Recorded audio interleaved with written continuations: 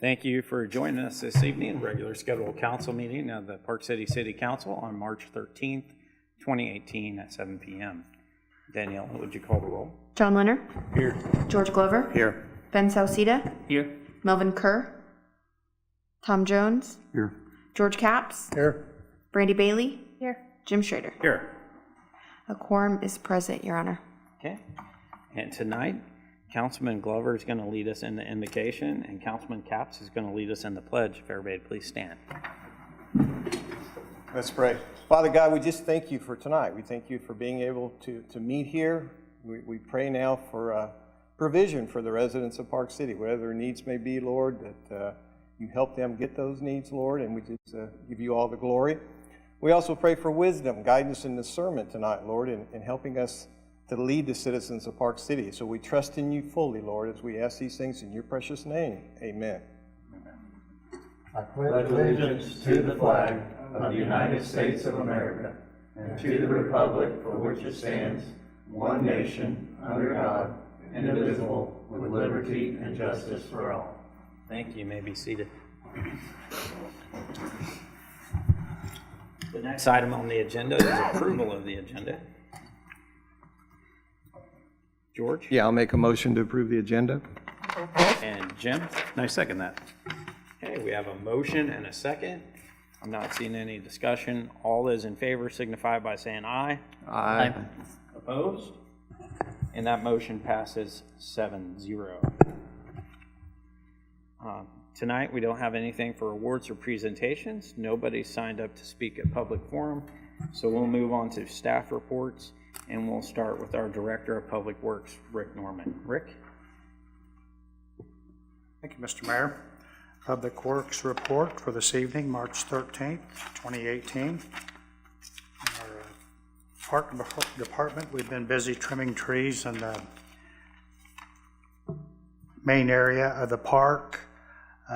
So far, we've got 9 loads, including done 3 removals of regular sized trees, and we did have to have a contractor help us on a large cottonwood that was becoming a danger, so we did get that one removed and those areas filled in. We've also cleaned out the swale on the north side of Diamond 1 in between that and the Park Road. That will improve the drainage in through there. We have completed trimming ornamental grass at the Senior Center, also in the Grove Parks of Prairie Winds, Poston, and Habiger. In the street department, we've put 40 tons of milling on our driveway at the Public Works facility. We've also started working on it. We may have just got this finished up today, putting a berm on the north side of our parking lot down there. We've been having some erosion issues, so we put a berm on the north side, put 2 cutouts, put some 1 before rock on that, so that will help us to keep the erosion to a minimum.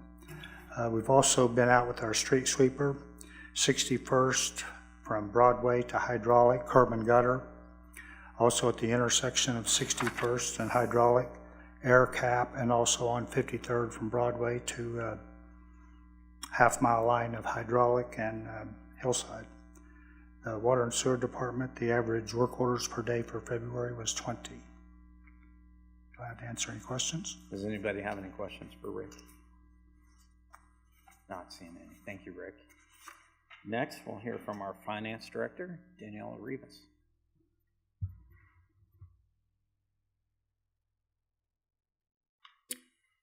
Mayor and Council, I am going to be doing a very quick general fund update. Next month, I plan to have a more comprehensive financial report to you as our audit starts in 2 weeks. First, I'm going to review our general fund balance over the last 5 years, to give you an idea of where we're at as of year end last year, and then we'll go into where we are at as of February 2018. All right, this is the annual general fund, excuse me, not the annual, but the general fund revenue and expense comparison report. We compiled 4 years of audited data and 1 year of unaudited data. Gives you an idea of where we are at as far as beginning cash balance, where we ended up revenues and expenditures during the year, and where we left off with the ending cash reserves. Just as a reminder, this is only general fund. General fund includes the following departments: administration, court, governing body, human resources, police, code enforcement, legal, building inspection, planning and zoning, senior center, maintenance, parks, and streets. Let's start off with the beginning cash balance. As you can see, the trend for beginning cash balance from 2013 to 2017 has stayed pretty constant. Staff strives to stay within budget every year, and under normal circumstances we do. Just a reminder, in 2015 you can see that a beginning cash balance was a little over $2 million. This is not a normal circumstance. We sold some land at the end of 2014, which went in 2014 and then was taken right back out in January of 15. So normally that balance is about $1 million. So that accounting entry skewed our numbers a bit, but without that entry, general fund pretty much hovers at $1 million. In 2016, we dipped into those reserves. We ended up with a cash balance of about $835,000. We plan to pick that up. We have a goal to get that back up in the next couple years. We did end up with a positive number for 2017. Again, this is unaudited numbers, but we ended up at about $925,000 for 2017. So revenues over the last 3 years have increased 3 to 5%. We continue to have a slow, steady increase. It's still an increase year after year. Any questions? Anybody have any questions at this point? Ben? Yes. Daniela, concerning you talked about getting the money or balance back up $1 million point. Yes. And you said you all have a plan to get there in a couple of years. Yes. Are we looking at mill levy increases, or are we talking about No, reduction? we're not talking about mill levy increases. Well, Okay, we did have a slight mill levy increase last year, which was for that purpose, to help offset some of that. With the increase in home builds and the gradual increase in revenues, and the continuing decrease in expenditures, the plan is to gradually get that up. Something I was going to mention at the end of our budget presentation is that this is a new building. Our contractual requirements, we still don't know what they're going to be. We have about 6 months worth of data. So once we have the first and second quarter of this year, hopefully for the 2019 budget, we'll have those ironed out and see where we're at and see if we have to actually increase or make a more strategic plan to get that general fund up, because right now I couldn't comfortably say that we know what the contractual requirements are for this building. You know, our gas bill and our electric bill, they're looking pretty good right now, but that may change as the summer months come. So it's a little up in the air, but if we continue the pace that we're going, we will get there. Thank you. Next slide. Okay, this is just a quick update as where we are in general fund as of the end of the month, end of February. The city is doing pretty well in revenue collection. We are about 33% of revenue collection for the year. It's a 2% increase over last year and a 1% increase over 2016. I will point out that we have sold some properties which have boosted that number. In January and February, we brought in about $6,000. We also have $10,000 in miscellaneous permits. We had some permits being pulled for some duplexes that were built. And sales tax is up a little bit.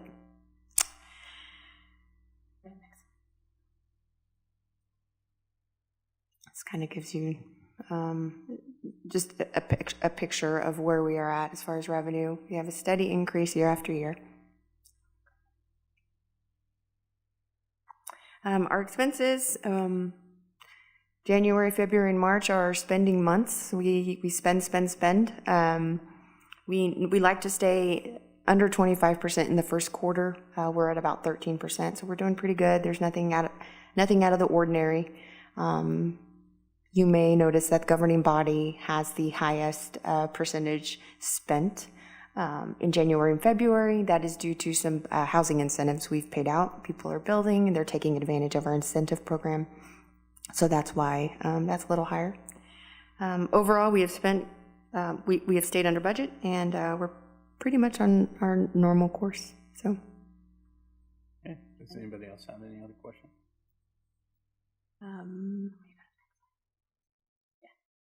Something I wanted to point out, just an update on the utility billing. Ray had asked a couple of council meetings ago, just an update on some decisions that were made last year. In August of 2017, we had council approved an increase in the disconnect fee.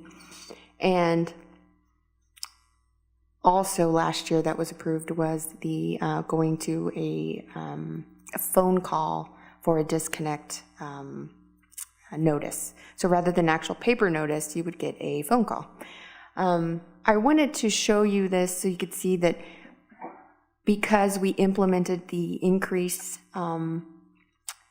in the disconnect fee in August of 2017, and then shortly after we implemented the no paper disconnect notice and did a phone call, that we're kind of going back and forth. We're struggling to get updated contact information from our citizens, so I urge citizens to give us a call and update that, their contact information, a good phone number. And so once maybe customers are aware that they're not getting a paper notice and we have good contact information, I hope to see these numbers go down. I think there's just been so many changes that people are just kind of getting there. Getting used to those changes. I also wanted to let you know that we have about 1,700 customers on paperless billing, and 727 customers are on ACH. And just so you know, we have about 3,100 customers. Any questions? Can you cover what we did with disconnects and waiving the fee this last time with the phone calls? Yes. With the updated contact? Yes.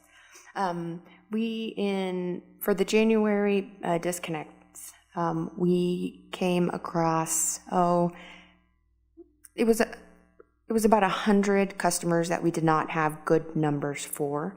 The disconnect postage mail out would have been about 650 notices. So 100 of those notices, we did not have a good phone call. So what we did is, if the customer came in and updated that phone number with us, we waived that fee. It's very difficult to get a hold of customers, and we could do a mass mailing to everybody in the city, and that postage is expensive, paper's expensive. So what we did is you come in, you give us a good phone number. We actually asked for 2. We will waive that disconnect fee, and that seems to be working. We also took an extra step in those 100 customers. We flagged their account, so if anybody comes in contact with them, they'll know to update that phone number. Thank you. Thank you. Brandy? Hey, Daniela, do we have the possibility as a city to maybe look at doing an average pay plan for the water bills, which could possibly help with some of these customers who are getting disconnected? Maybe if they're on an average pay, then it's not spiking so much in the summer for them, which, they're struggling to keep up to pay their bill where they're, they get disconnected. I mean, I don't know if that's an option with our system. Just a thought. That's a great question. I don't know that either, but I will find out. And if it is an option, I could bring it back and see if that would be something we could offer our customers that would allow us to have a more steady revenue source and know what's coming in. Customers might appreciate that. So yeah, I will definitely look into that. Okay, thanks. Thank you. I'm not seeing any other questions. Thank you. Thank you. All right. That brings us to the consent agenda. Is there a motion? John? Motion to approve the consent agenda as presented. And Jim? I second that. Okay, there's a motion and a second. All those in favor signify by saying aye. Aye. Opposed? And that passes 7-0. That brings us to new business, item A, which is consider the purchase of 180 remote read water meters of various sizes to be funded out of the 2018 utility fund budget. Rick? Thank you, Mr. Mayor. We are requesting council's consideration on the purchase of water meters. We're looking at a quantity of 180 meters, 2 different sizes on those. A smaller meter 5/8 by 3/4, quantity 120. We're required by KDHE to change out 100 meters. So the 100 we will change out, and we need some backups for the meters that go out throughout the course of the year. Also, quantity 60 of a 1-inch meter. Those are the meters that we put in for new installations. Those are a little bit bigger. The cost of the smaller meters is $350 each for a subtotal of $42,000. The 1-inch meters are $585 each for a subtotal of $35,100. The total on that is $77,100. This is a single source supplier on this.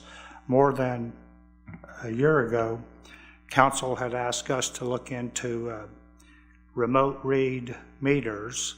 At that time, we looked at 2 different options on those. One option was to put the meters in and to buy the equipment. The equipment would be maintained, put up by us, creating our own network. We would have had a lot of initial cost on that. We would have had to put up antennas, repeaters, and amplifiers on the water towers or some location. That would have limited us to the locations where we could put those up. We went with the Verizon system that's maintained by Verizon, that part of that. The remote read meter gives the water clerk the capability of reading meters at her workstation. So that's working out okay for us. So far last year, we put in 194 meters.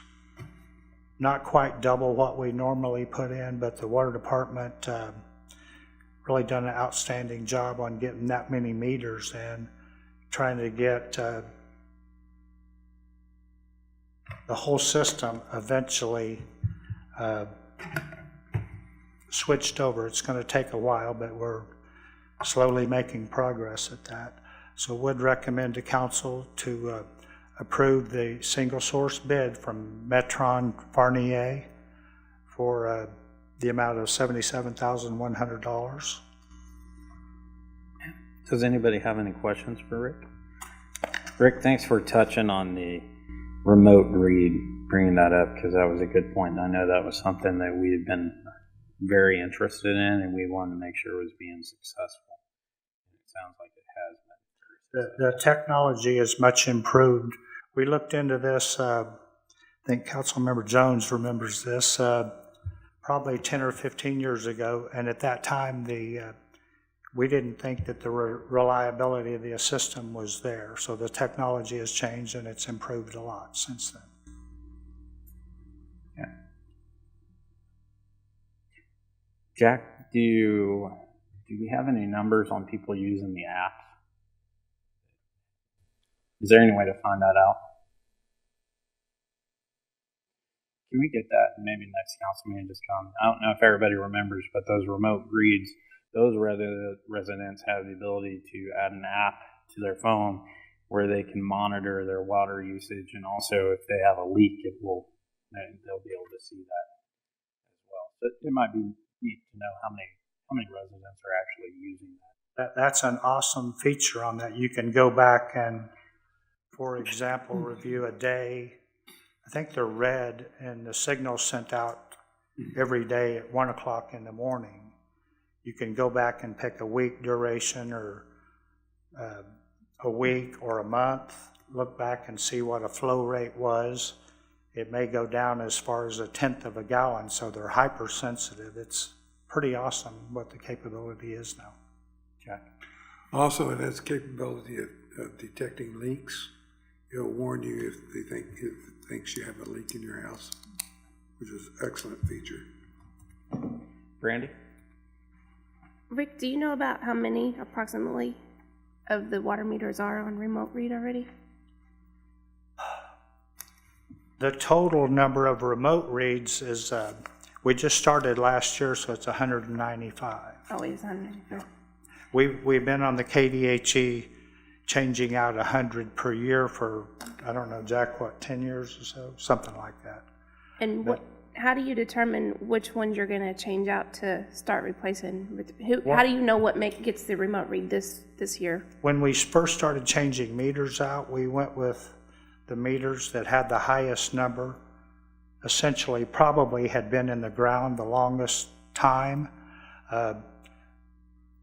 What we're focusing on now, when we have a problem area that it's hard to get into, we may consider that. A lot of these meters went in the mobile home park, so we can effectively eliminate a meter book that has to have monthly maintenance on it. So we're trying to group them now rather than have them all spread out and not get the full use of the remote read capability. That was going to be my next question, is are we trying to keep them into a group where it's Yes, ma'am. more efficient? Okay. Yes, ma'am. Okay, thank you. Does anybody else have any comments, questions, or a suggestion?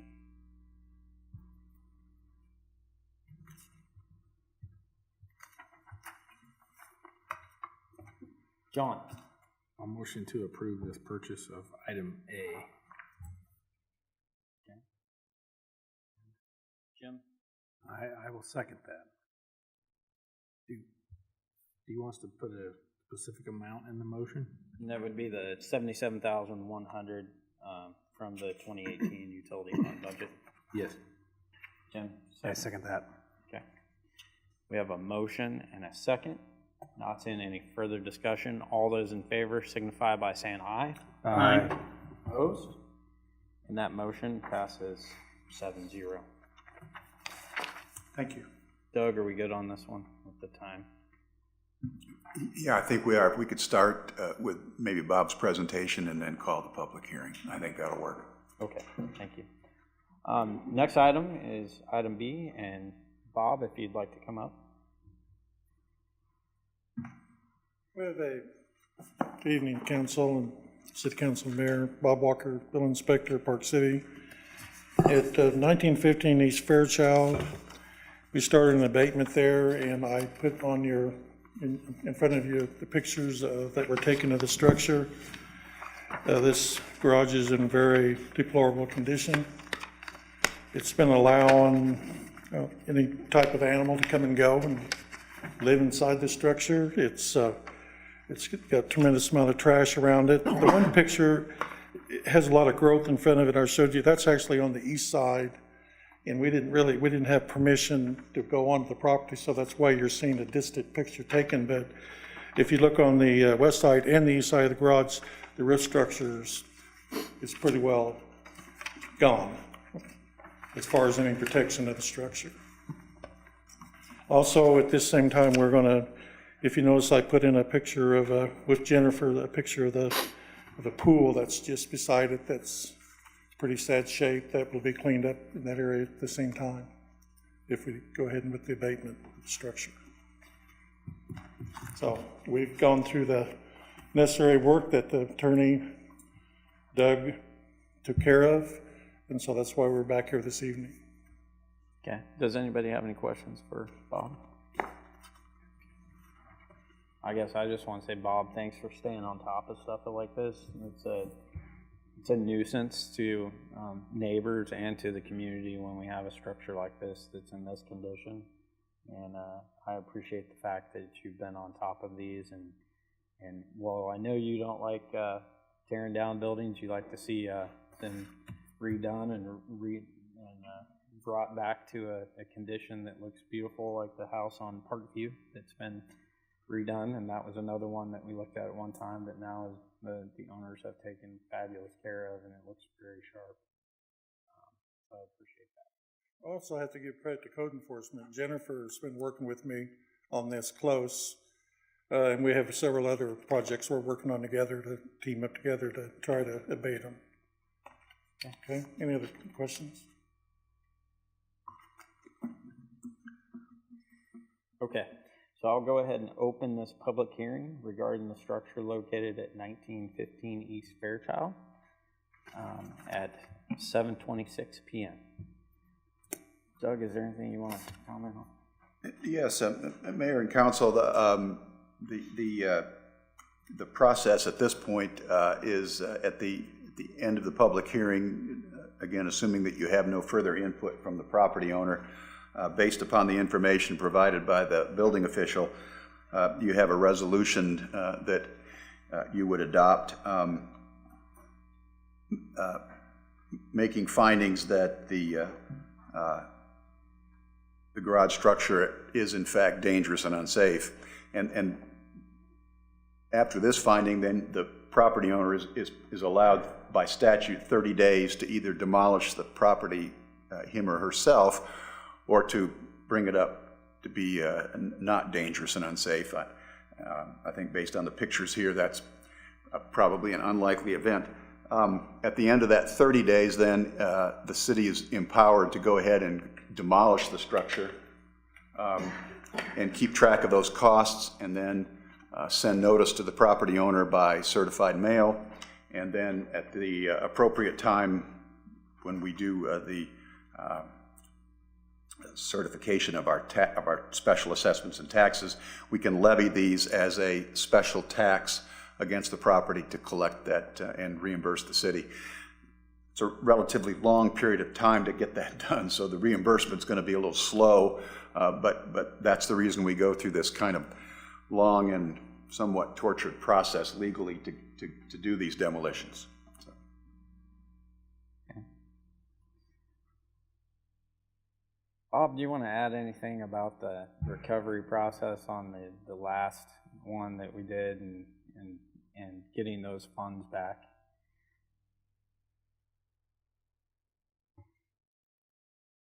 Well, actually, we've been very successful at that. As of now, Park City does not have any money out on any of the abatements. We've had cooperation with some of the owners, and then we received and was repaid back for the abatements that we've done. So right now, except for time in the office and the field, we don't have any outstanding money on any of the abatements. It's all been paid. Okay. Ben? Yeah, on this one here, have we just not had any cooperation with the owner as far as that goes, or, I mean? We have tried to make several contacts with the owner. Actually, we sent a registered letter and we received it back, which meant that we ended up going and taking one and positioning it on the door and at a certain time to inform the person. I've gone a few, yes, we have tried, but so far we can't get anybody to come to the door or to talk to us. So. Okay. John? Somebody does live there, though? Our understanding, there still is an individual, yes. Individual has power or water usage? Yes, as far as isn't that correct, Jennifer? Yes. Thank you. Okay. Does anybody else have any questions? Okay, I'll ask one more time if anybody from the public wishes to speak on this public hearing regarding the structure located at 1915 East Fairchild Street.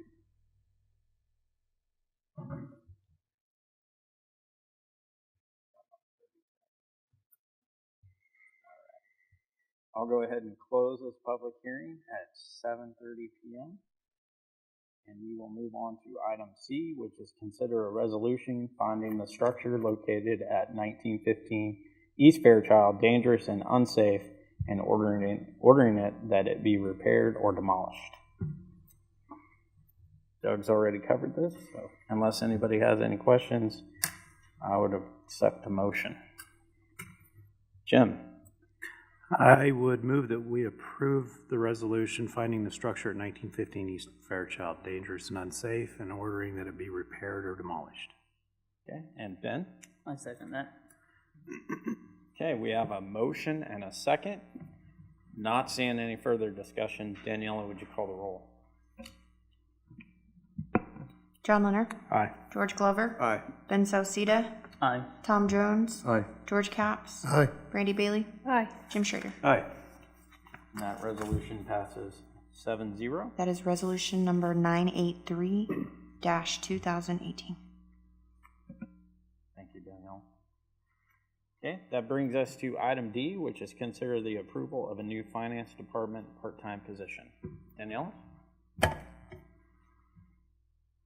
Mayor and Council, Daniela Rivas again, Finance Director, City Clerk. I am here today to propose the hiring of a new part-time front desk receptionist. Jesse, if you could go to the next slide. In 2012, the City of Park City downsized the Finance Department and removed the part-time front desk position that assisted in covering the front desk here at City Hall. Some of the job responsibilities that came with that position included assisting the receptionist in covering the front desk, which takes utility payments. It sets up they set up new water accounts. They answer the phone, and proper record keeping of all documentation that comes through our front office. Over the last 6 years, the Finance Department has struggled to help cover the receptionist position when the receptionist is in training, vacation, or just setting up a new water account, which takes a little bit more time than taking a water payment. The Finance Department has learned to capitalize on our staff, and over the last couple of years, we've tried our best to cross-train, especially our payroll clerk and our utility billing clerk, to assist when possible. The skill of wearing different hats is very important, especially during the trying years of 2012 through 2015. Where we have called upon employees to work extra hours and perform duties that are way beyond their job description. I believe that we have reached a point where the reality is we need support. We need additional staff. Next, back up a little bit. Thank you. The objective, if we had the ability to hire a part-time receptionist, would allow us to provide coverage for the front desk. This position would serve as backup, specifically during peak hours and in our busier days. Currently, when the receptionist is absent or needs backup support, it's 50-50. Half the time we are able to fully back up that front desk position. But depending on whether it's a billing week or a payroll week, those that assist that front desk position sometimes have duties that also need to be, that have priority. And so it's difficult to cover the front desk with staff because they're busy with their own positions. The front desk is the priority, so we all stop what we're doing to cover the front desk, but it puts staff behind and it has created overtime. Go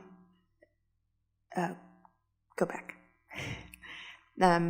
Hiring a part-time position would allow us to cross-train the Finance Department for the sustainability of our department. This would allow us to cross-train, allow us to have staff meetings, do the projects that we put off. Our staff wears a lot of hats, and we continue to wear those hats. And we try to stay above all new developments. And we know training is necessary, but because lack of coverage, those things kind of put to the side. Having someone cover the front would allow the 4 staff members in the Finance Department and myself to be fully cross-trained and ensure the sustainability of our department. I say that last year our department turned over, 50% of our department turned over. And unfortunately, our department was not fully cross-trained, and 2017 was a difficult year. It created quite an obstacle for the Finance Department, especially when we were moving buildings, which in turn brings me to my next item, the ability to transfer institutional knowledge. So having someone who could cover up front just for a set amount of hours would allow us to capture the knowledge that our staff has. Whether this is through knowledge sharing, having a meeting with all the staff to be able to just talk, because currently we meet 2 and then we meet 2 again. So it's very difficult for us to meet all at the same time. perhaps the front desk position could actually have like a training manual and have like a map for the person who would replace her if she were to ever leave or retire. It would allow time for mentoring. We have staff members who are wanting to stay with the city, and they want a career path and they want to learn more. And so all these things would, the position of the part-time receptionist would allow for the taking away of the full-time positions to actually have conversations about these things. Also, the goal would be for records management. Right now, records management is something that we could really work on. This used to be that additional position's responsibility, and since that additional person was let go when there was layoffs, that records management has been divvied up and taken on by the city clerk. I try my best to keep up with records management, but scanning and filing also gets put to the wayside when there are more important things to do. And just staff morale. The staff is always in a flight or fight mode. Our workload speaks for itself, and we're always playing catch up. So I think that maybe having someone who could support that front desk position could fuel us in the right direction with increased support. Next slide. So our outcome, I believe that this should reduce our overtime to a very minimum. Right now, overtime is for the reason of I need to cover the front desk, so I'm putting off my duties. I need to come in during the weekend to finish my duties. It would allow us to have staff meetings, something that I would really like to do. Right now, I try my best to have staff meetings with my staff, but I'm having to do it two times with two different sets of people, so I don't have a lot of group conversations. We try to have group conversations at the front desk while that front desk is being manned, and that can become difficult. We would be able to attend training, maybe improve efficiencies at the front desk, respond to citizens in a more timely manner. That phone does not get answered at the second ring. That is the goal, but if you're helping a customer and you don't have anybody else supporting you in that role, that phone call will go to a voicemail, and our goal is to return a phone call within 24 hours. So that could improve.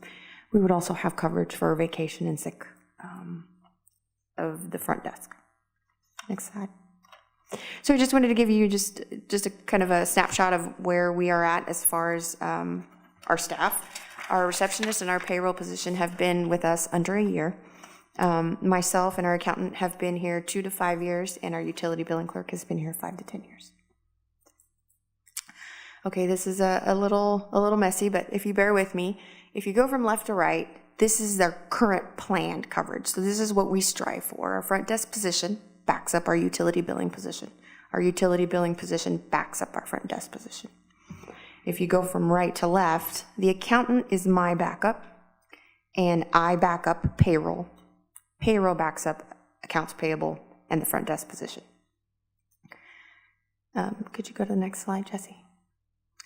This is the actual coverage on when we have payroll, when we have bill week, and when we have disconnect week. The front desk position does not do any backup. It just, that their full job responsibilities for that week is to do the front desk. The utility billing clerk on bill weeks is working on getting service orders out, reading meters, getting bills out. So there's intermittent coverage. And so if the front desk is needing backup, she will pull aside and help the front desk, and then she will make it up with overtime. The payroll position is busy doing payroll, and there is intermittent coverage as well. She's able to pick up backing up the front desk during the latter part of the week. Again, she may need to work overtime because she sets aside some of the things that she doesn't necessarily need to do right then. If our utility billing clerk and our payroll clerk are busy doing something, then it's me. So I back up the front desk. Sometimes you will see me at the front desk working for a couple hours just to cover, and the accountant is still my backup. So Jesse, if you could go to the next slide. This is the plan. The plan is to have everyone fully trained.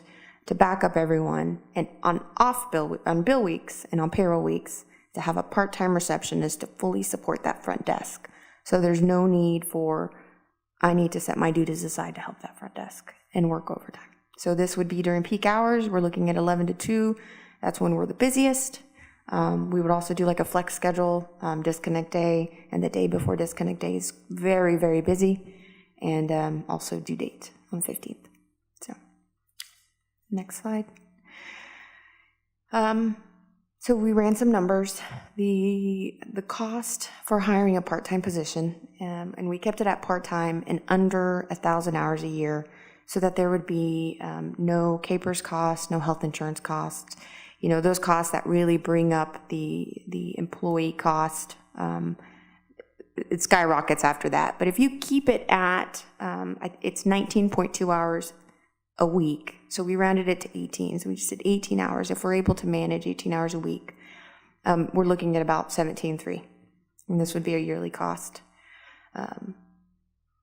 The 2018 funded would have to be split in 3 ways. That's not what I would like to see going forward. I would like general fund administration to actually pick up half of that, because general fund is very limited in the way it's structured, and because of the amount of mills we have. I mean, it's not as easy to kind of find some resources to fill in a position like this. So if you would approve this, if you were willing to approve this, the funding would be split in 3 ways for 2018, 5,700 out of general fund, 5,700 out of the utility fund, the water department, and 5,700 out of the utility fund, the sewer department. For 2019, going forward, half of that 17,000 would come out of general fund, and the other half would come out of the water and sewer fund.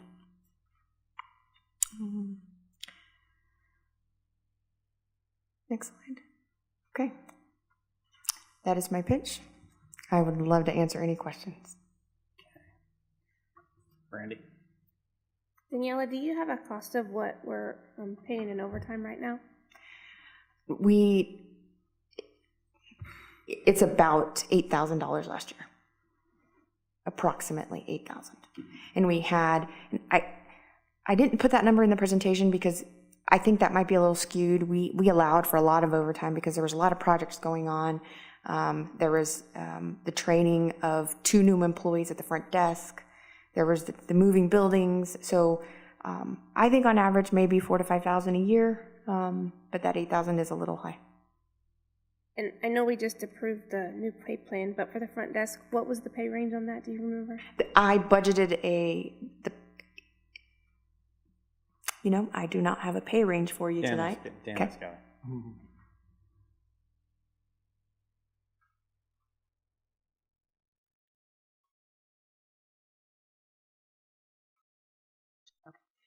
It would be the $14.55, and the max would be $21.21.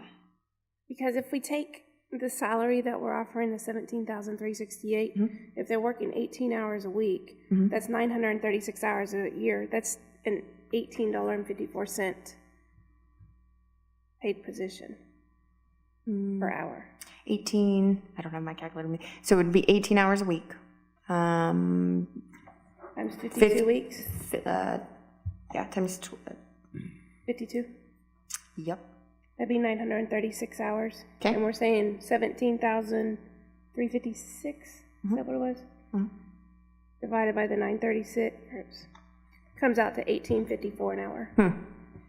Which is rather high. Yeah, that is a little high. Yeah. I don't have my numbers in front of me. We were looking at a $14 to $15 an hour pay. Yeah, that the 18 is that's high. Okay, that's all I had. Okay. Good, Jim? Daniela, excuse me. I'm a big proponent of the department heads just coming and telling us what they need, and I'm not trying to micromanage that, so I'm inclined to support this, especially because you've never came and asked us for anything like this. And I know we kind of beefed up the police department a little bit last year. It makes sense to tackle some of these kind of positions this year. So my question then is just, is this the highest important one? Is this where we need to start? Are there you anticipate, without getting into specifics, just if there'll be more staff positions we need to be thinking about down the road? Well, what I envision in the next 5 years is to really have our records, like to have a full staff to do records. Now, I really think that could be managed much better, and with this part-time position, I mean, for the near future, that's all that's really what I see. We need coverage for that front desk. Our utility billing, I think, is a full-time position, and I think that we're managing that pretty well. Our payroll is right now in a learning phase.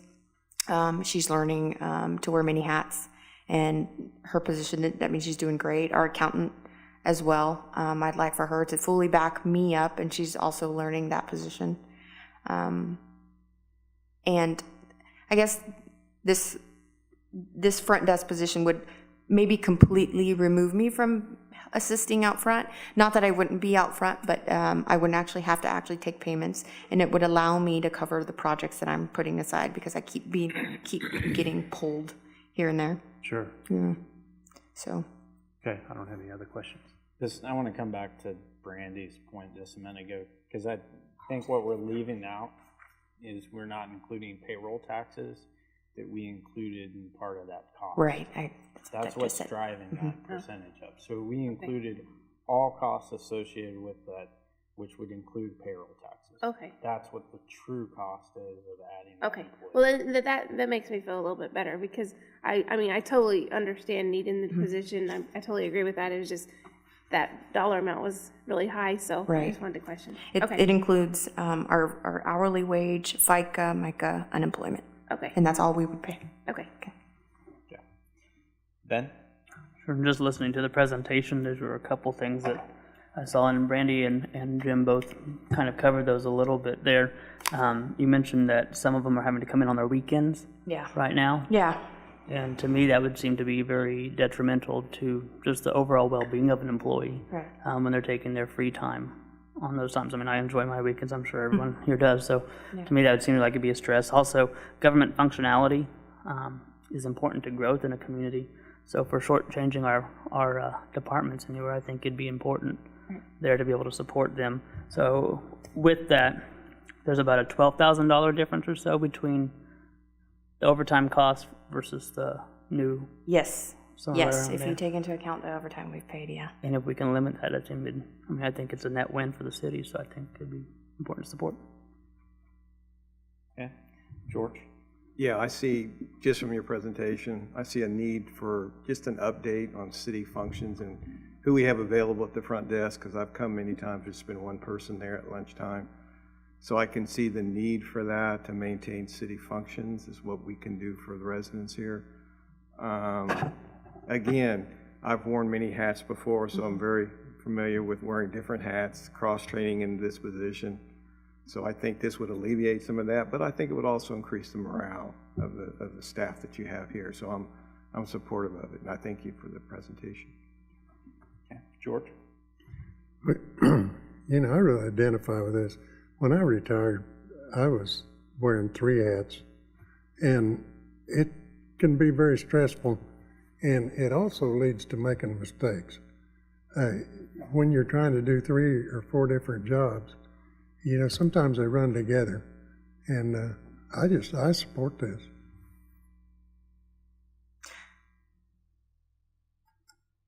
Daniela, do you want to go first since this is your pitch? Yeah, I wanted to mention something that completely forgot.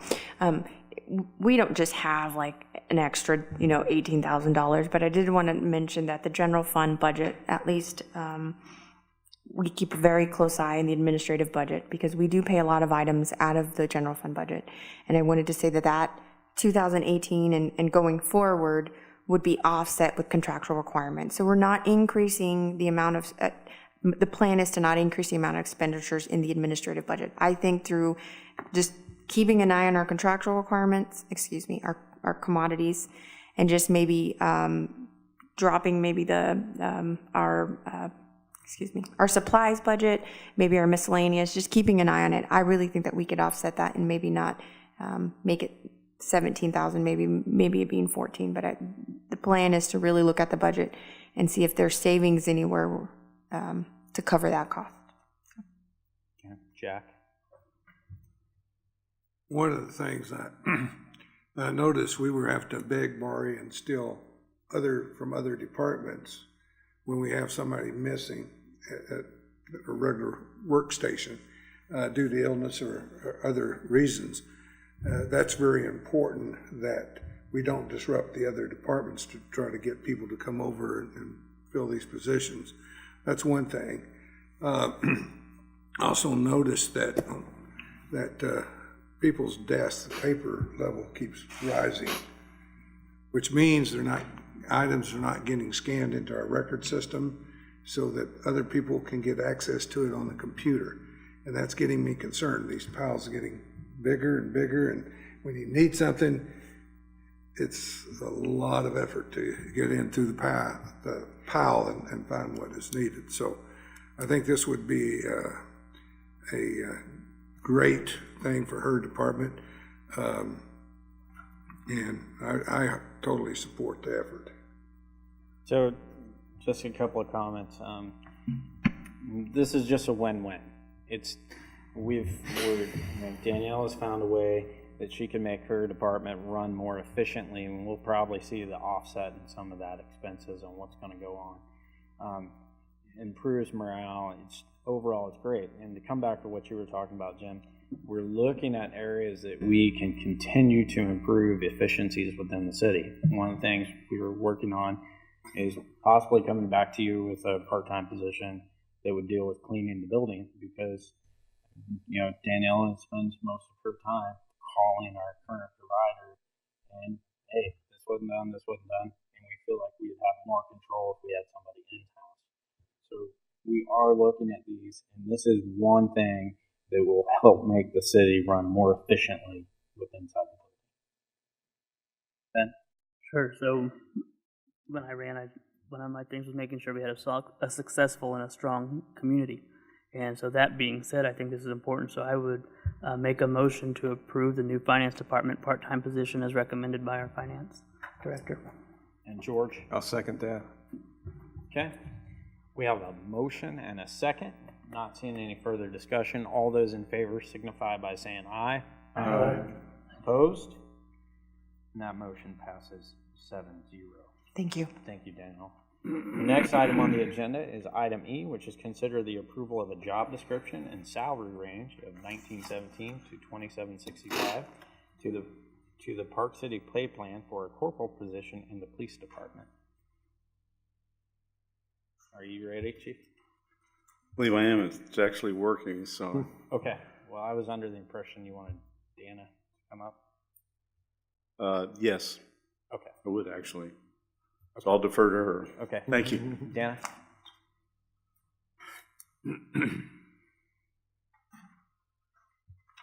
Thank you, Mayor and Council, and we're asking for your consideration this evening to approve a job description and a salary range to be included into the new pay plan that you have recently approved for a corporal position.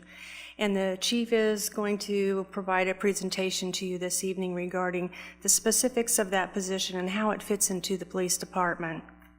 What I was going to address with you so that you are understanding this piece of it is that we were having ongoing discussions regarding the appropriate staffing of the police department, looking at recruiting and retention, and so we were ongoing in discussions regarding this corporal position prior to the time that we started that pay plan survey, and we had our meetings.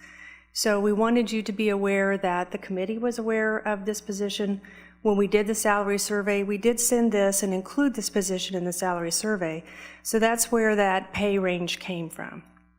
So the chief now is going to discuss the particulars of the position, and it is fully supported by the HR department as far as in addition to our pay plan and our staffing structure in the police department.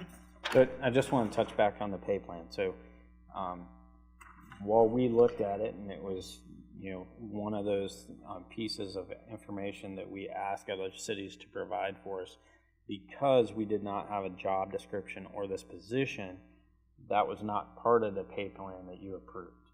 So that's why we have to bring this back to the council tonight to have you approve a position and then to give you feedback on how we came up with the pay range that was part of the salary survey. That is correct. We wanted to make sure that we were prepared with the salary survey. So. Okay, Chief? Chief Boston?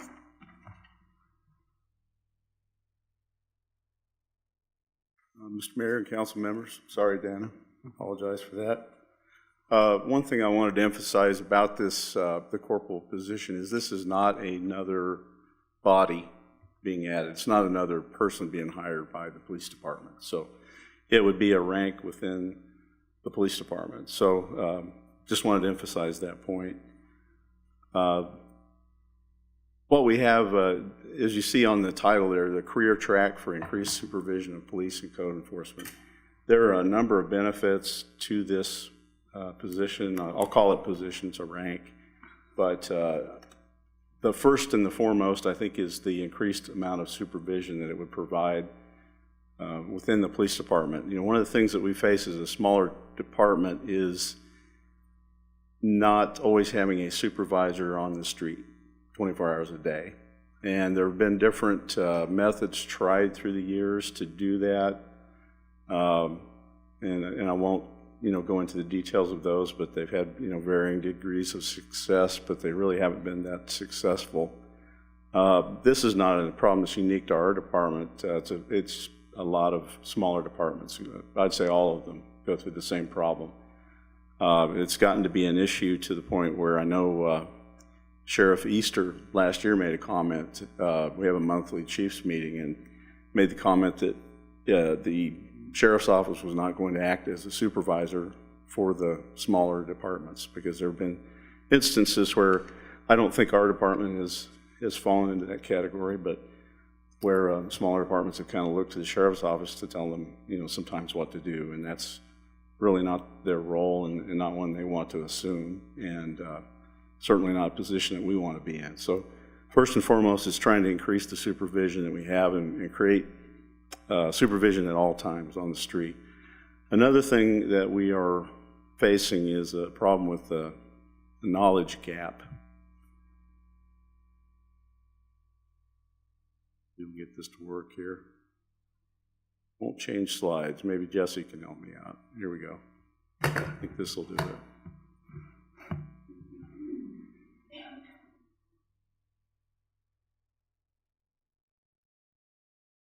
There we go. Thanks, Jesse. We have a real gap in knowledge in the police department. If you look at the number of years of service for our officers currently, there's a large gap. I'll just go to the next slide here. This shows the different ranks from police officer, which we have 9 positions there, detective, sergeant, lieutenant.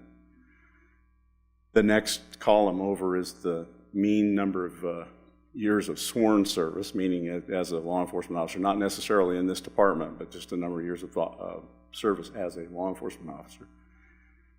And then the next one over is the median number of years of sworn service. If you look at the range, it goes from 22.9 for a police officer position down to 0, but the mean is 0.83. So if we take out basically one of our officers has been here a long time, that drops it way down to a very, very low number of years of service. That's the gap that we're facing. So we have a few people have had a lot of years of service, and then we have a lot who have been hired within the last roughly 4 years, 3 to 4 years. That's creating a knowledge gap. And it's something that is going to catch up with us if we don't do something to try to fill that gap. So we have a need to transfer knowledge. Now we do this on an ongoing basis, obviously. So we're looking for a better way to try to transfer knowledge from those that have been here and who've been in law enforcement for a long time to those who are new to the profession. Another issue that we're facing is a problem of attrition, losing people to other departments. Typically, smaller departments like ours have a history of hiring people, training them, and then they, after maybe a few years, go to some other department. larger department. So we need to do the things that we can do. We've been very successful I think, in recruiting some excellent people that we have right now. And my goal is to try to keep as many of those as possible. So in a sense, our recruiting doesn't really stop. We're still recruiting them to stay here. We want to do things that will make them attracted to the job. So we're looking at ways to bridge the gap between the knowledge and also to help with the attrition problem. I mentioned earlier there's several reasons, objectives for why I'm asking for this position. Again, this is something that's been discussed for a number of years. In fact, was even talked about among the previous chief and the administration before I was even here. But here are the objectives that we're looking at. The number one, it's not necessarily in order of importance, but to provide a career training track for our officers, to give a little more guidance, to a little more specific direction to how we train them. The second is the way to transfer knowledge to the next generation. I talked about that already. Thirdly, ensuring the continuity of operations in the future. Here's what we face. We have some really specific technical positions that one person knows how to do. I think you heard this earlier when Daniela gave her presentation. We're facing the same thing. One person knows how to do that, and if they leave, then we're really in a jam for a period of time, and we've gone through that already, repeatedly. So we're looking for a way to cross-train and get more than one person who knows how to do something.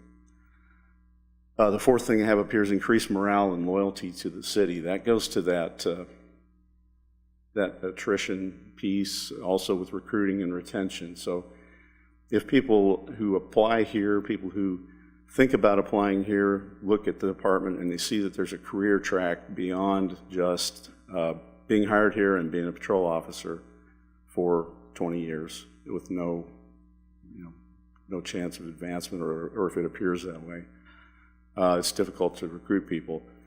The more opportunities that we present to the people that we recruit and hire, then the better it is for retention, recruiting, morale. And the last thing I put up there is the risk profile and lowering the liability.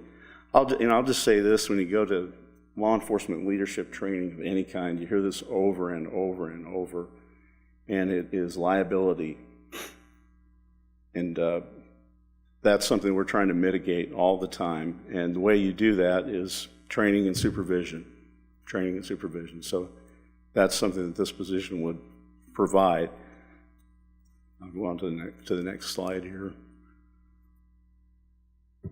What this proposal would do is create 4 corporal positions. Again, these would be existing people within the police department who would go through a process to be promoted to this position. We'd have 1 assigned to each of our shifts, so you'd have 1 out of the 4 on first, second, and third shift. The 4th person would be assigned to investigations. I don't know how many of you know we have 1 investigator, one detective on the police department. We have no backup for that. So that's a very, very critical problem, and we need to look to the future on that. So we would like to rotate people through working with investigations so that they can learn that position. What the people who are in the corporal position would do is they would rotate every 3 months. So they would move from first to second shift to third shift, not necessarily in that order, but they would move between the shifts, and then also the detective position every 3 months. This would increase their exposure to the different jobs. It would increase their job knowledge, and then it would also allow them to transfer that job knowledge to the other people, just the police officers that they work with on a daily basis. One of the things I thought about, and maybe you're thinking about it too, I don't know, but as I thought about this rotation, I wondered, was anyone going to be really interested in doing this? And so our operations lieutenant, Hobart Capps, kind of did an informal survey and talked to the officers to see what kind of interest there was and explained what this would look like. There was a great deal of interest in doing this. I can't say that every person, every officer was interested in it, but there was a very large degree of interest, which was encouraging and also, well, it was encouraging. So how do we select people for these positions? One thing I don't want to do is to say you have to have X number of years. You know, you may have worked in jobs with people, someone may have 15 years of service. They don't know maybe as much as the person that has 3, depending on the drive, or vice versa. So we didn't want to go strictly with just time in the job. These are the criteria that we would look at for promoting someone. What did they do during basic training? How did they score? That's always an indicator of how they're going to do in the future. Past performance is always an indicator. Formal education, any specialized training that they've had. We give a test now to recruits, and we've done this for the last maybe couple of years. It's a logical reasoning and decision-making test. I think it's been pretty accurate. It's a good test, and I think it's something we could use for this as well. It's no cost. Looking at performance evaluations, how are they doing now? You know, you wouldn't want to promote someone who is maybe not doing as well as you would like right now. Their personnel record, and then also having an interview board. This just shows the rotation, what it would look like between first, second, and third shift, and then investigations. And it also shows the specific tasks that they would be learning in each one of those positions that we're trying to cross-train for. These are some of these critical duties. First shift is property and evidence. Taking care of our property and evidence is, it's tedious. Nobody really wants to do it. We have someone who's doing it now who's doing an excellent job. I think maybe they're afraid if they keep doing an excellent job, they're going to get stuck with it forever. We keep assuring that person that that's not necessarily the case. But code enforcement supervision, we have one supervisor, one sergeant now on first shift who is the direct supervisor over code enforcement. That would continue. We really have no one else who is thoroughly familiar with the codes, the city codes, as far as nuisances in animal control and so forth. So we need to spread that knowledge. The third one, FTO, stands for Field Training Officer. This is someone who trains a new police officer when they come into the job. They receive specific training on how to do that. This would be the duty of the corporals to be a field training officer. They would be expected to take on that role on all 3 of the shifts, wherever they fall. We rotate new recruits among all 3 shifts now already, because there are different things they learn on each shift, so that wouldn't be a change. On second shift, the thing you see that's different there is quartermaster. That's supply, basically. It gets pretty complicated. We're a small department, but you'd be surprised all the little pieces of equipment and car equipment and everything else that we have to deal with. So we'd like to spread that knowledge. Third shift has taken on the role of handling all of our traffic-related things. And then you can see the things that they've learned in investigations. This is not a comprehensive list, but these are some of the top things that we're trying to transfer. So this is just a visual depiction of what I've just explained. It shows the first shift corporal, what they would do. You know, working patrol, of course, would be number 1, but also being the field training officer, the backup property and evidence, and so forth. Second shift, the thing that's different there again is learning the quartermaster role. Third shift, the traffic safety duties, involves a lot of different things in reference to traffic safety.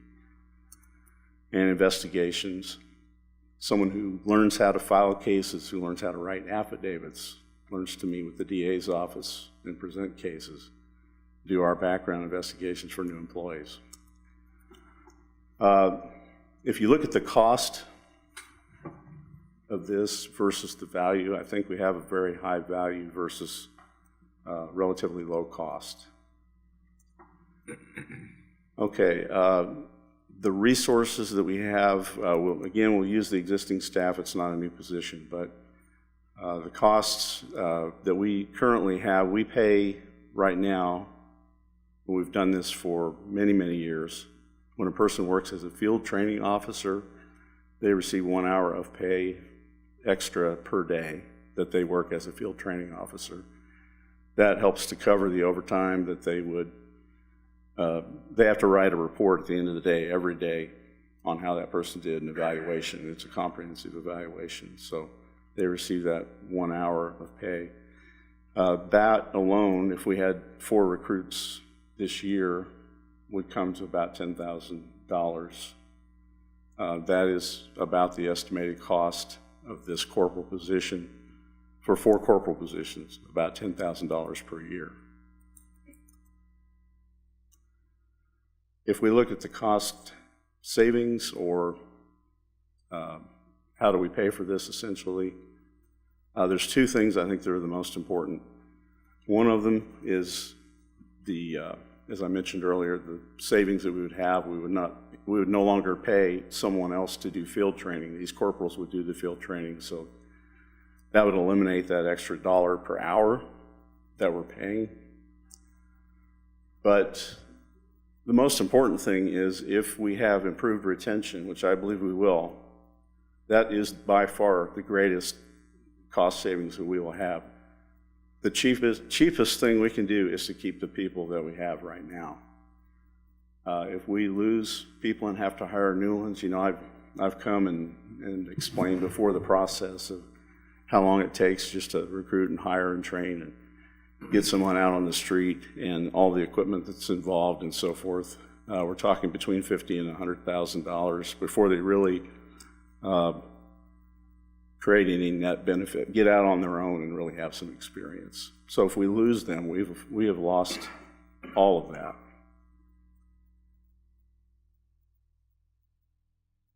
On the training, we have a training budget already. It would not affect any of our costs as far as training.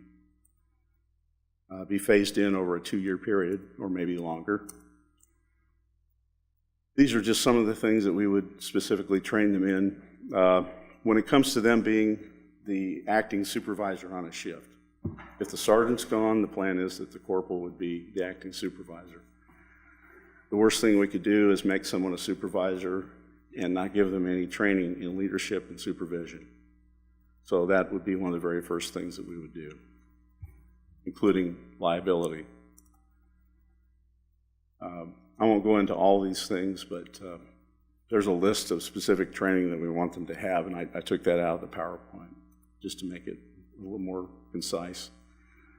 Again, the long-term benefits, I think, would be morale, retention. It's a recruiting tool for us. It allows them to be redundant on these skills, to cross-train. If we don't do something, we're going to find ourselves in a position where our more experienced people leave, and we have a lot of newer people that don't have those skills. And it takes a long time to get them. So that's all I have. I'd be glad to answer your questions that you might have. Does anybody have any questions? Tom? I have one. If we do this and there's 4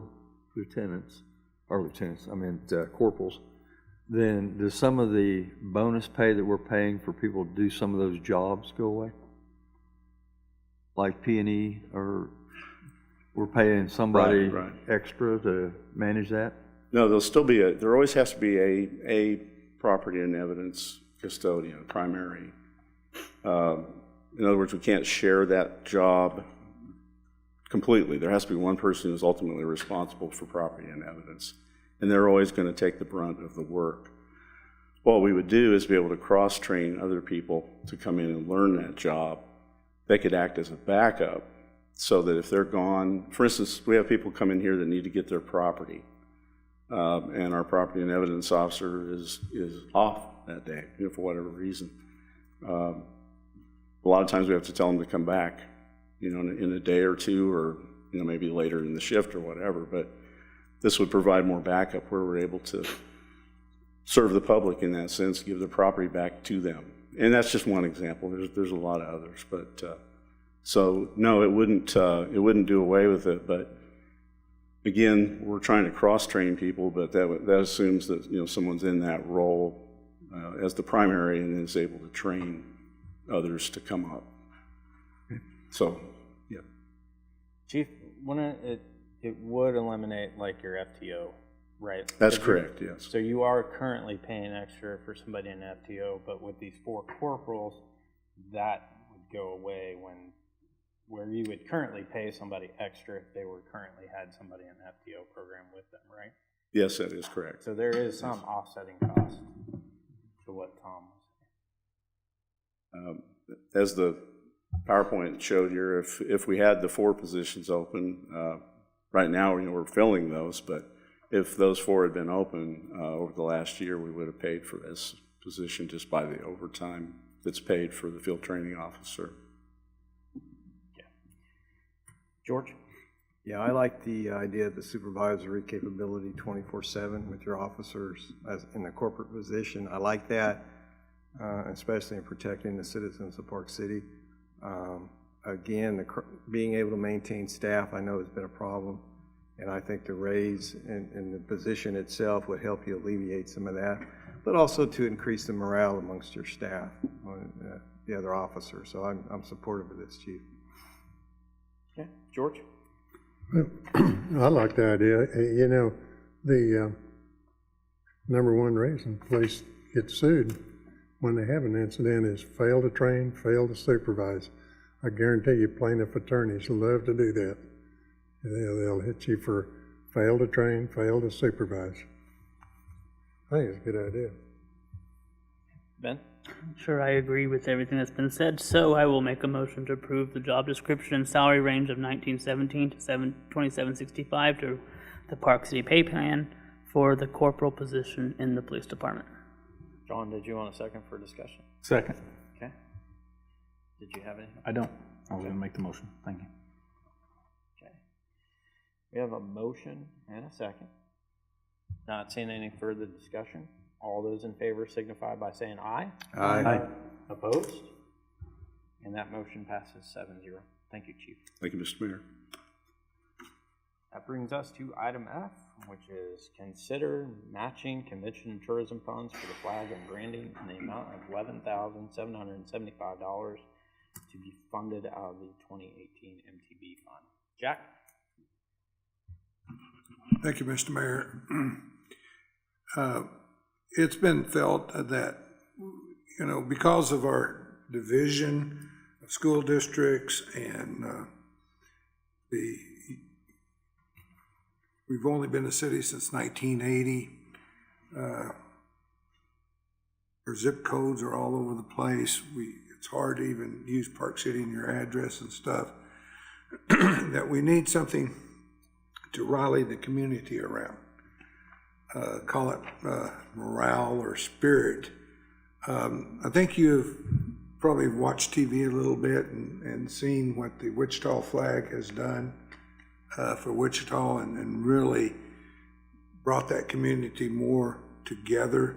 You go into Delano shops and you'll see little flags in there and everything. And it's been kind of thought about that maybe we should look at something like that to kind of bring us together, you know, to unify us and to help our overall spirit to make us one. And I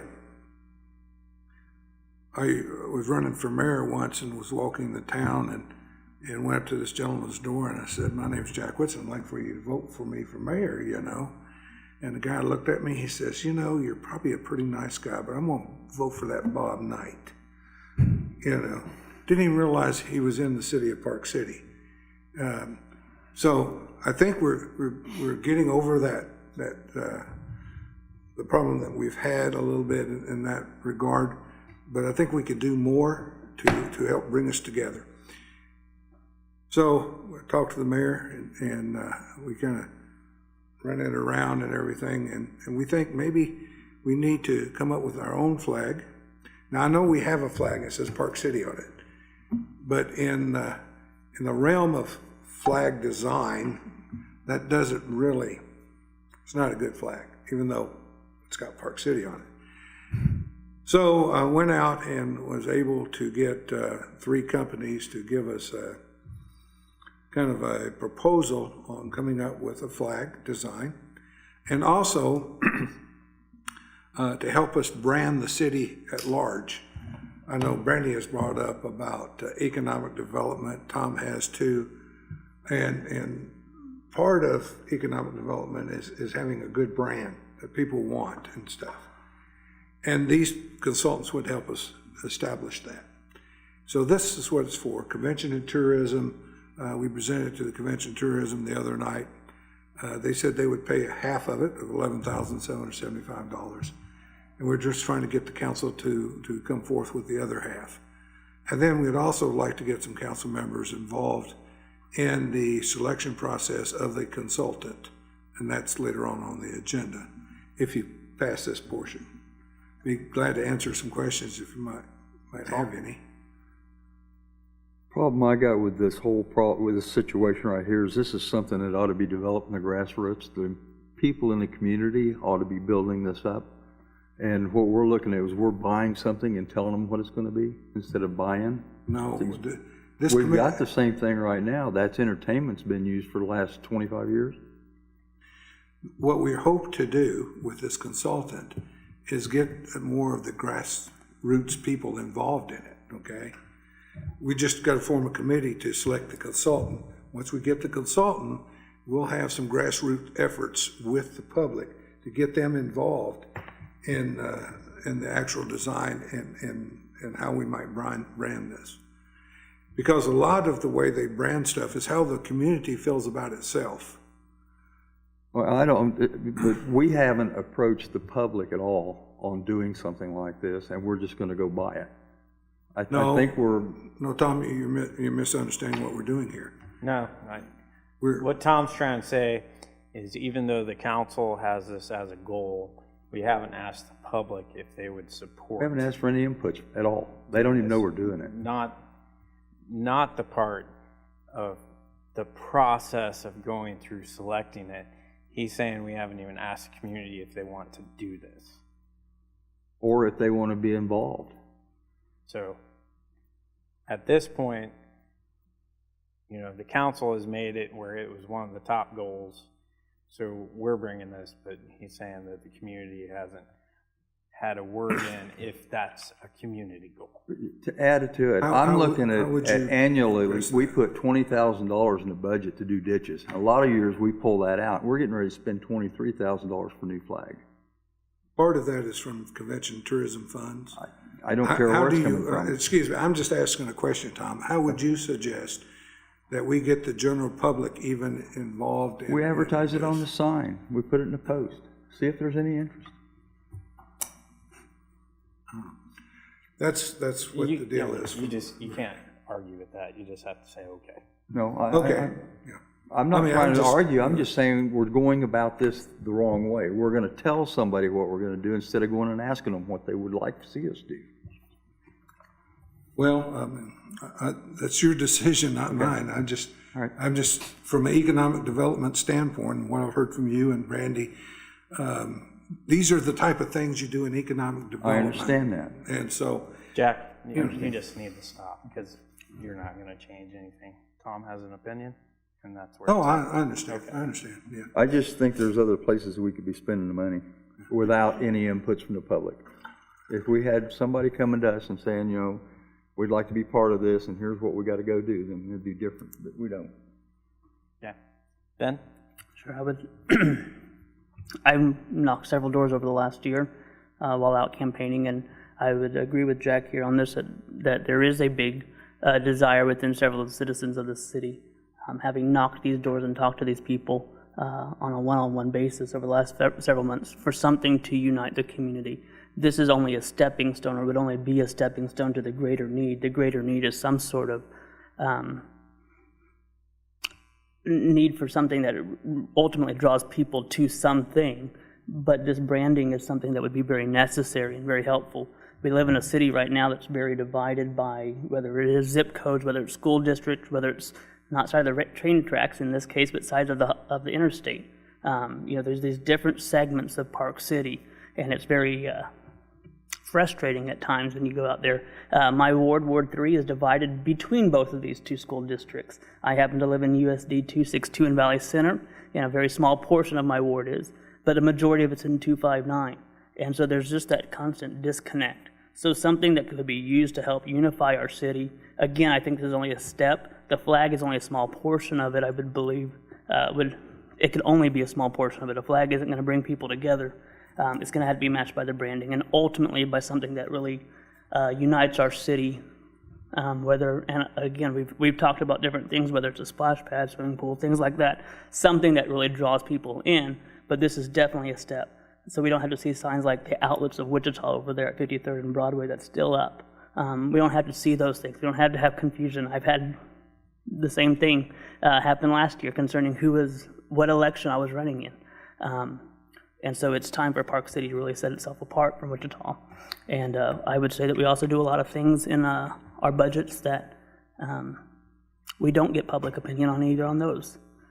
So having knocked the streets, having been out there talking to citizens over the last 6-8 months, I would say that there is a need to move the city forward in a way that is constructive. So I appreciate your work, Jack, and to the Convention and Tourism Committee. George?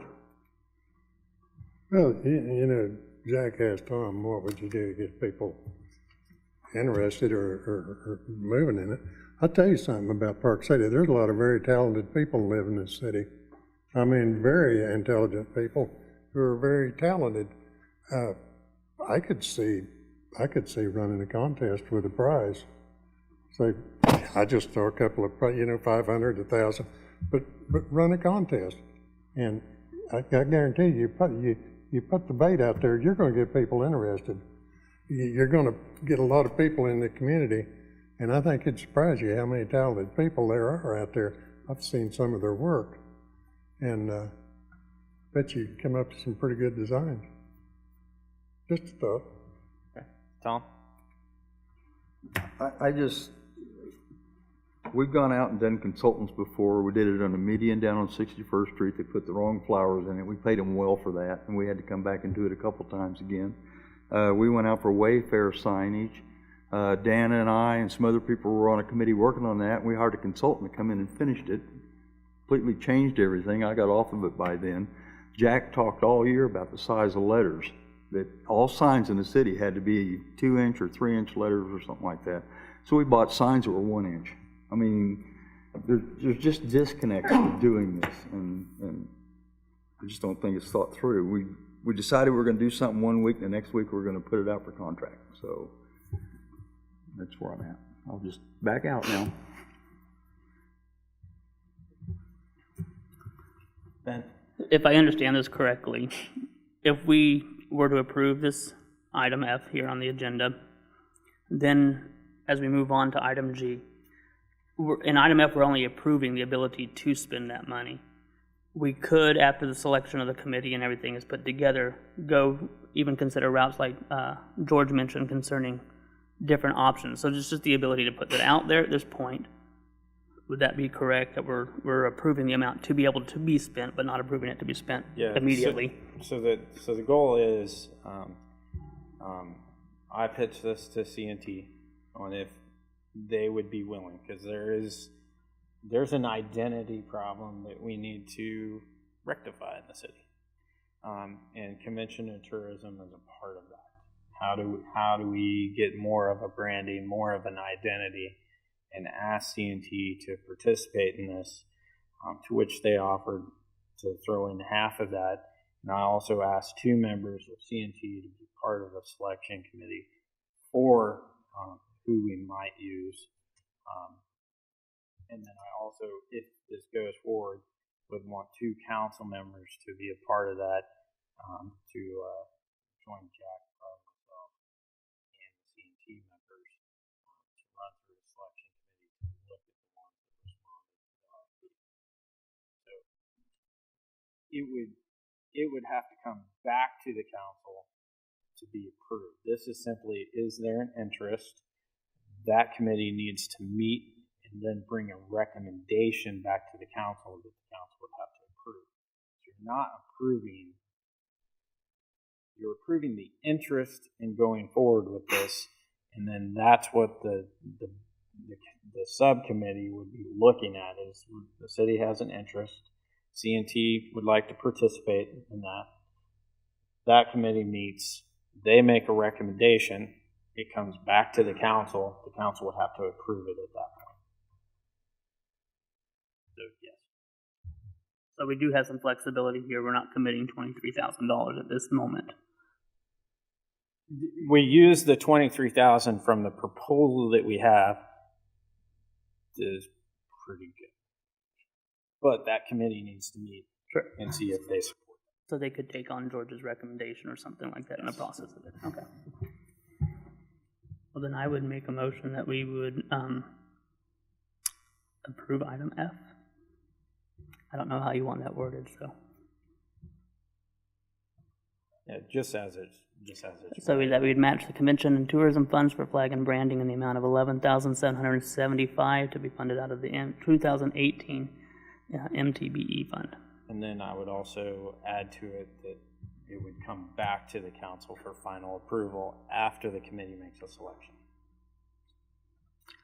Yes, and that it would come back to the council for final approval after the subcommittee has made their recommendation. George, did you want a second for discussion? I'll second it. Okay. And did you have discussion? I'm good. Yeah. Oh, I'm kind of intrigued by this, so I guess I don't have a lot to add. I was just really going to reinforce that this thing in Wichita has really caught a lot of, or made a lot of activity, so I'm really intrigued by pursuing it. I kind of respect where this is being headed, that we're not going to spend the money right away, but we're approving this process to get started. So anyway, I'm in support of it. I wanted to weigh in. Okay. Tom? I'm not against doing something like this. I just don't like the approach. I think we're starting at the top and working it down instead of starting toward the bottom and trying to work it up. And I don't know, Tom. I just want to point out that you were voted in to make decisions on behalf of the people within the city. And we sat down and come up with a goal sheet that the council approved. And if your theory is correct in what you say, when we look at doing road projects or, you know, the intersection at Quick Trip and Broadway, we should do nothing until we ask the citizens if that's something that they want. there's a difference between wants and needs. This is, we want to do it. The other thing's a need when you're driving on cars. That's subjective. The Broadway, the intersection at Quick Trip, that could be a want, it could be a need. Depends on how you view it. Don't just, not going to argue. I mean, I understand where you're coming from. I just, you know, on Tuesday we decide something and following Tuesday we got it on the agenda. It's just like quick, you know, and I understand this is low-hanging fruit, it's easy to fix. But instead of spending money all the time, we ought to look at it internally and what can we do to go fix this without going and paying for it. We're going to get somebody else's idea that may or may not work and we're going to pay for it. So that's... Well, that's not technically true because that hasn't come back. Well, there's an opportunity There's not for been that a to final happen. approval. There is an opportunity for that. There's an opportunity in anything we do. Most of the things we do cost the city at some point. But, you know, if you guys wanted me to come up with the goal list, the council approve it, and you don't ever want me to put anything on the agenda that would tackle any of those goals, I can do that. Okay. But the reason why we are here today, and even Jack made the comment when we talked about it, is we knock out things on our goal list. We have been an active council for the last 6 years, and I would like to see that continue to go forward. I haven't always agreed with everything we've done. I haven't agreed with some of the ways some of the projects come out. But every time something like that happens, we should gain knowledge from that experience and say, what do we need to do better the next time so that that doesn't happen? And during the rotation of council members in here, that process will go on and on and on. So, Ben? I do want to say that I do very much appreciate what Tom is saying and what he's bringing to the discussion on this. I would say that we did have a goals workshop that was open to the public in December to discuss different options, and then we had the special meeting last week. I myself have hosted different events for citizens to be able to be a part of in the last several months, trying to get input. And I don't know about other members of the council. I know I have, and I know some have come out with me. So I feel like we have, or at least I feel I can sit here and say that I've made the attempt to gain knowledge from our citizens on the direction of this, and for that reason, having listened and talked to those, I think it's a good thing to do. And again, I appreciate the dialogue on this concerning that, and I understand that, but I feel like where we're at now is a good place to move forward, and it is time to make some decisions. So, John? You know, I mean, yes, I do feel like I've served on the council, and I feel like there's things that we've built plans for, and then we've never done anything with, and they've sat on a shelf. And just for instance, a council building prior to this one, we put it on a shelf and paid someone to do it, and then we never did anything with it. So, I mean, it's one of them things where either way you go, you're either not doing anything or you're doing it too fast. But I think, you know, when it, like the wayfinding signs, did they come out perfect after they were done? No, but we got them done and we learned from it. And, you know, I've seen prior councils and mayors that, you know, we've built plans for drainage ditches, we've built park plans, we've built so many things and nothing ever happened on it. But so I guess I would commend this council and the mayor that we are getting things done. We're sorting through that. We're making a goal sheet, we're making a list, and we're serving the people that voted us in here. So I think that it is our job to identify projects like this that meet the needs of the people. And whether when it comes time to build it or determine colors or shape or design or something, we can have that. And by adding people from convention and tourism on the board, that's the people within the community that are helping identify what they want. So I am in support of it, though. I mean, I kind of feel like the flag things are a little bit of a trendy thing that may or may not last very long, but right now that's kind of the way it is, and that's what direction communities are going. So it gives us something to identify our town with. Okay, Tom? I don't disagree with any of the council members and their comments. I just disagree with the approach we're taking. That's fair enough. My whole problem. I don't think we're going to the right source. We're taking the easy way out, hiring a consultant instead of talking to the people. So, George? I'd like to see us do something about the you know, that's entertainment. I remember there was once a few years ago, Jack would remember it well, this individual who wrote a long article about us and our convention and tourism money, like what's in Park City.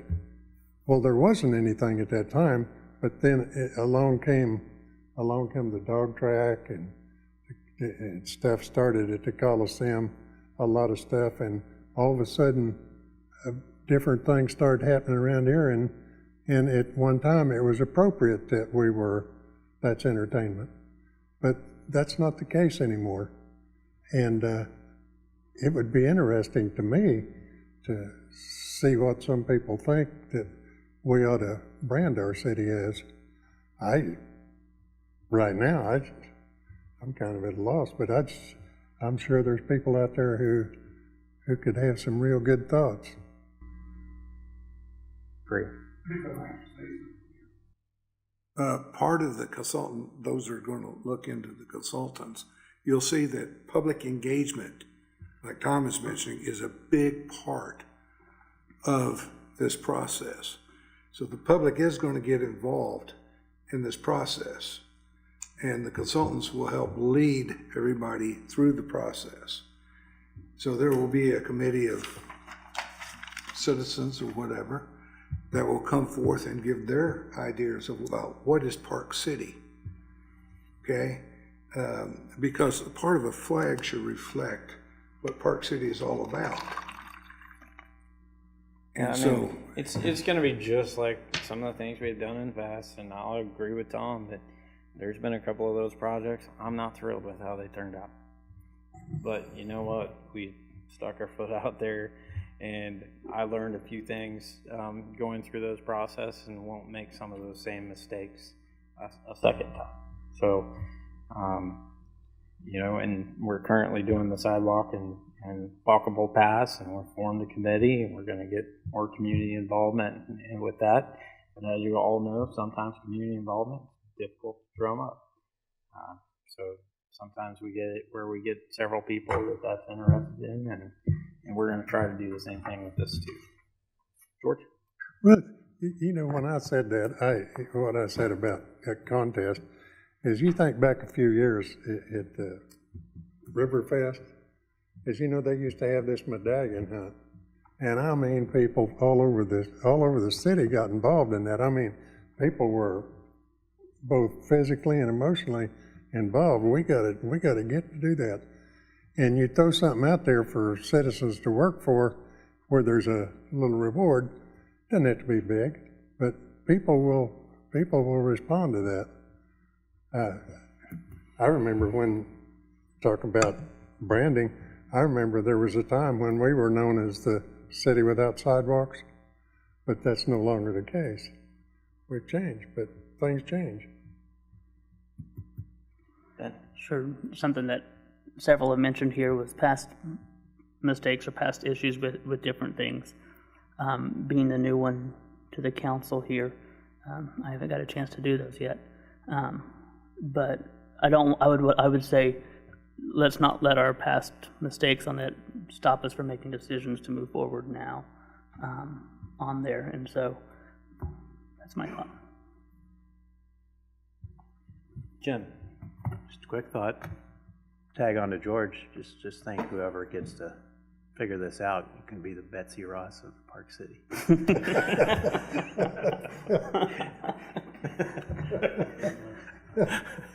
On that note, I'm seeing no further comments.